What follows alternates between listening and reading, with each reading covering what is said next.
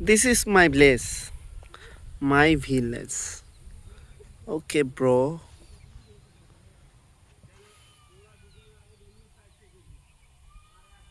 My home यहाँ पे।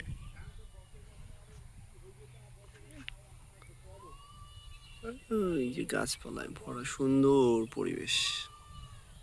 এটা হচ্ছে আমাদের ঈদগাহ মাঠ।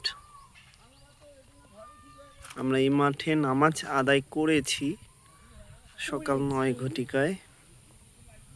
মাঠে এখন আবার চেটিং করতে আসছি বউকে নিয়ে। ভিডিও করতেছি। এখন আসছে চেটিং করতে।